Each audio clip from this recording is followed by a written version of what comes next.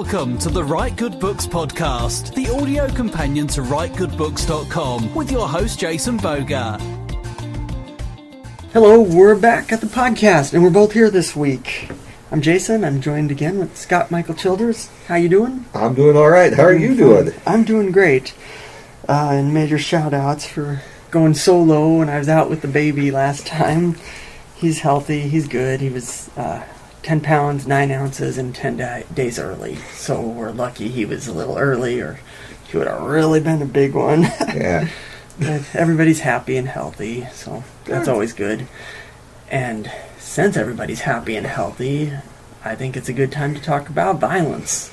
Yeah, that makes perfect sense. Yeah, specifically violence, how to write and describe violence in fiction. And since this was your idea this week, I'll let you have the start. Oh, okay. So I don't think that we'll spend a lot, if any, time talking about if you should include violence or not. I don't think... Is that... Yeah. Okay. I think people can figure that out.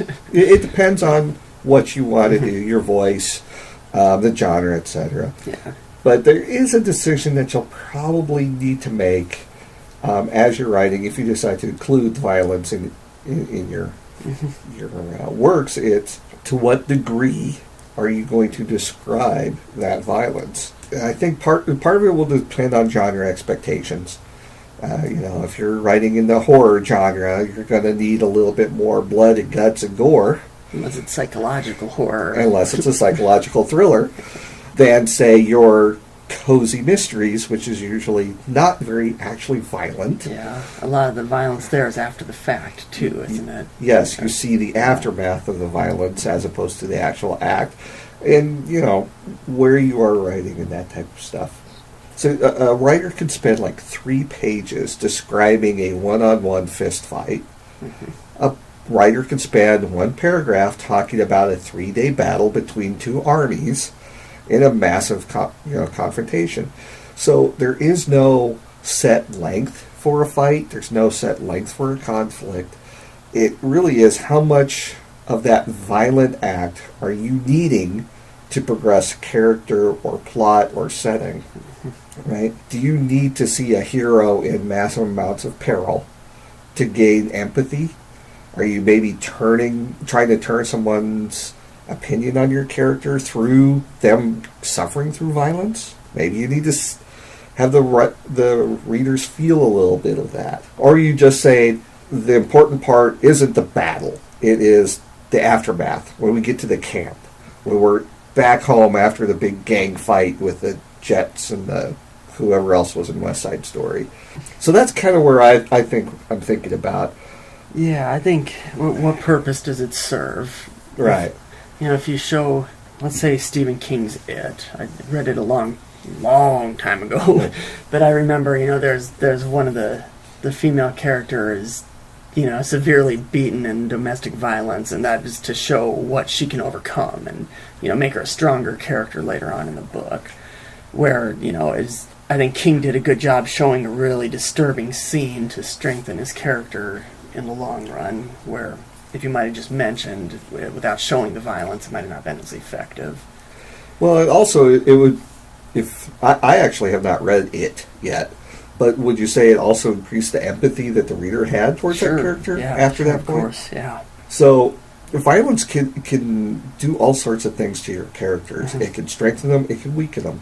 It can turn them from foe to friend or friend to foe. So it is a tool that you don't want to just ignore because you don't like the idea of writing violent stuff. But the bulk of what I wanted to talk about is writing the same scene in different ways. They're both violent acts. So let's say a bar fight. Okay, we're gonna talk about a bar fight. There's one way you could describe it. Joe and Clem come together. They raise their fists. They swing. They punch. Clem falls down. Joe grabs his beer. It's a violent act, right? Yeah.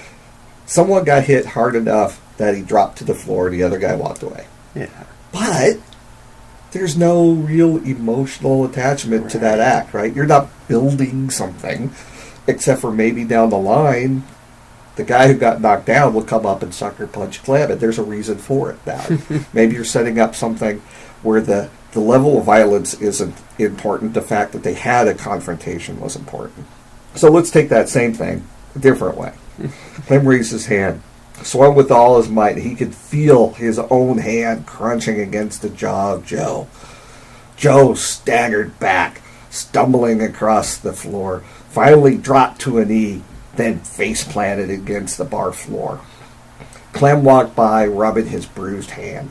Okay. Yeah, it's definitely better showing than telling there, too. Right, and you're feeling more of that moment because in that case, that moment was important. It wasn't setting up something else. Well, it could be setting up something else, but that had a different feeling, even though it was still the same bar fight. And I'd even talked about the setting of the bar. Oh, sure. So that's an example of how you write violence and to what extent you detail it can really change the tenor, the pacing of your story.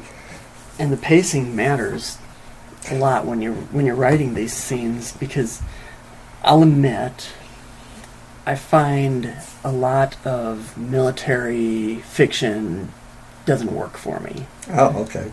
I get bored. I'll say it. I get bored with long, drawn-out battle scenes in fantasy, in real life, and yeah, that's that pacing. Yeah, I just want to know this happened. But if it's so on a large scale, I like not very descriptive violence. On a personal scale, that's when I think it's the most effective. When you're showing, like with your bar fight, you're showing how the character feels. You're not just saying what happened. And I think for me, violence is best used when it is for personal development of a character, I guess. It depends where you're going as an author, right? Right.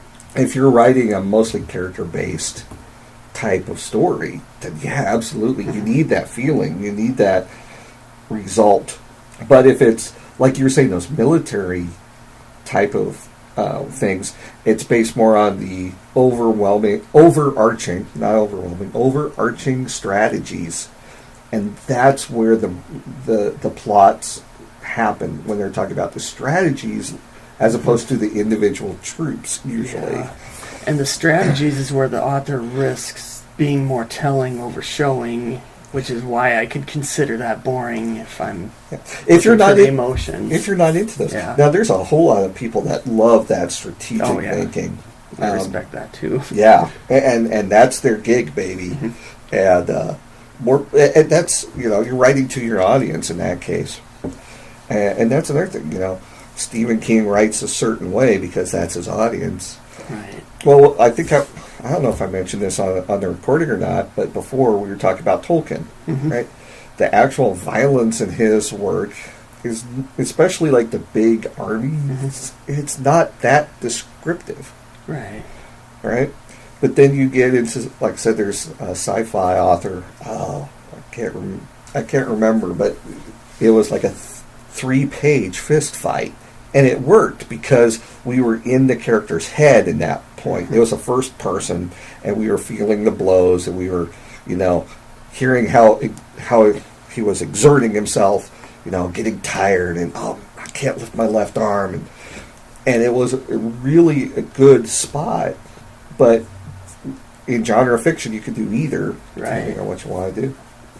I do want to, unless you have a point, I do want to move on. There is a problem, though. You could easily become cliched. Yeah. Right? And all of a sudden you take your favorite action sequence from a movie and just describe that with your characters. Sometimes that movie action does not work in a written. No, it doesn't. Like, I can't name a good superhero novel. It's hard to... It's hard to take that and put it on the page. Yeah. Which is why my attempt at writing professional wrestling fiction just always felt flat to me. Well, let's take professional wrestling and mixed martial arts, right? I don't know how many of our listeners have watched mixed martial arts specifically, But there are some fights that are absolutely boring if you don't know the techniques that they're trying to do. Yeah. It's like you were talking... Choke. Yeah, it's like you were talking about with the military strategy. For people who are keyed into that, and they can see, oh, if they're doing this, that means they're trying for that type of maneuver, and it just triggers awesome thought processes in them. But for people who aren't versed in military strategy, people who aren't versed in MMA, they're just sitting on the ground, you know. Yeah. So if you're writing for that audience, great. Yeah, so to take the MMA example a bit further, if you were just having a regular grappling match or something in fiction, you would almost need to be a lot more descriptive to show how they're trying to set up their next move. Yeah. If you were, let's say you're writing a YA title, and one of the characters is a wrestler, and they're having a meet, you can write what they're trying to do.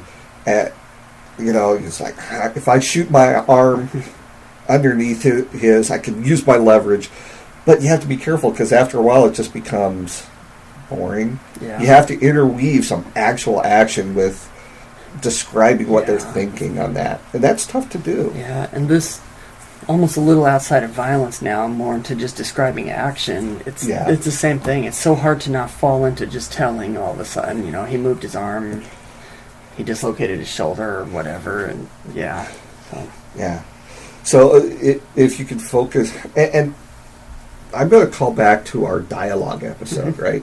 When we said it's not necessarily making realistic dialogue, it's making dialogue that evokes realistic expectations. Yes. You're not writing the actual dialects or sentence structure, but you're writing stuff that really makes it feel like a real conversation without all of the ums and ahs and or things that normally Jason would edit out of our podcast. Normally.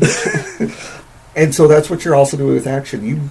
You may decide that we need the emotional impact more than the physical impact.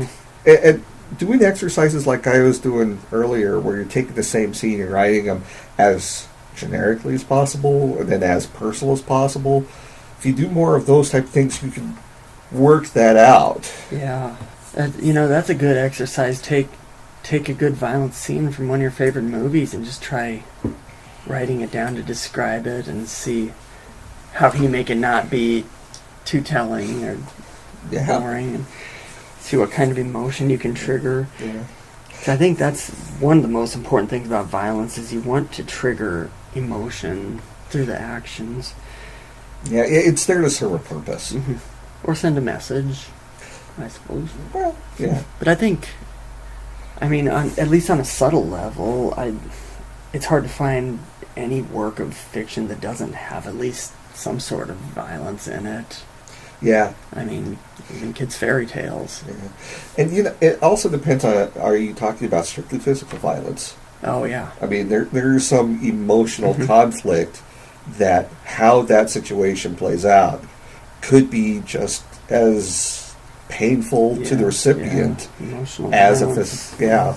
So, and maybe you're writing an emotional scene that has that same sort of thing with physical violence. Maybe you're not talking about all the words that are being said by the antagonist.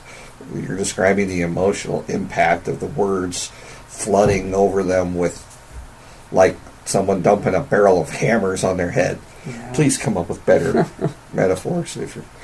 But emotional type of attacks could be considered the same way. Violence sells. Well done violence. Well done violence. Yeah, I haven't read Game of Thrones. I'm sure I'll hear about that later from whoever's listening to this. But isn't that pretty much the most violent thing in the world? Well, I actually haven't read it either. Okay. So, but here's the thing: are they talking about the actual violence? Are they talking about the aftermath of the violence? Is it a mix of both? Yeah. Take let's see, The Stand by Stephen King. There are some scenes where you don't see the actual aftermath of certain, or you don't see the actual events, but you see this aftermath. And then there's cases where you don't see the aftermath. You see characters just trying to get through something, and then they're out of that scene, and the chaos is still going behind them in other stories. Yeah. So, and yeah, I mean, how you leave that violent scene?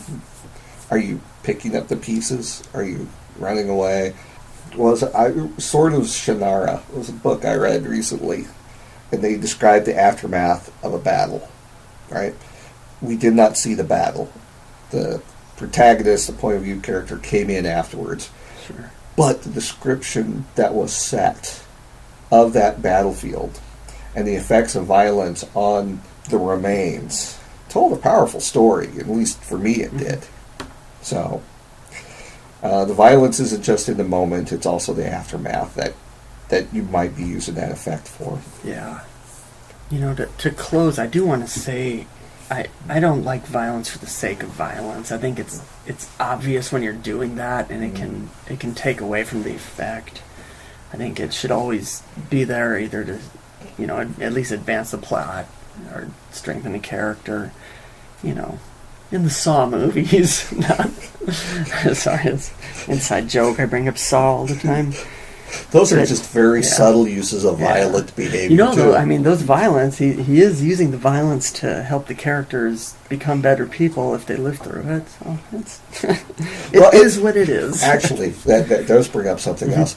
The individual character's reaction or preference towards violence can really change things too. And that's part of setting those characters apart.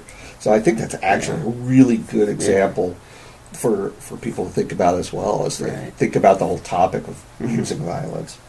And then as far as how graphic to be, we kind of talked about description. I don't know if we talked really about graphic. It so much depends on what you're trying to accomplish with it. And it's also, I think, very difficult to write over-the-top violence without sounding like you're trying to write over-the-top violence. And unless that's, you know, if you're trying to write a Rob Zombie movie, then do it. But, you know, don't cross that line to where your reader's going to just say, oh, come on, there's not that much blood in a person.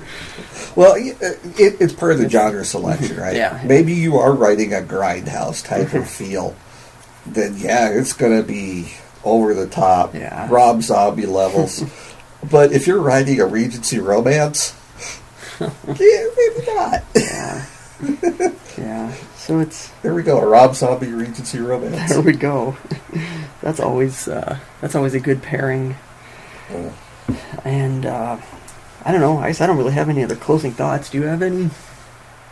No, I don't actually. I think we covered this dramatically enough. Okay. And if you disagree with me, I'm going to punch your lights out. We'll be I'm going to use violence. I will say, after my recent event, you can pop your shoulder back into socket pretty easily. So you can do the research on that.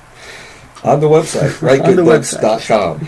writegoodbooks.com. And if you'd like to support us at writegoodbooks.com, go to writegoodbooks.com/podcast.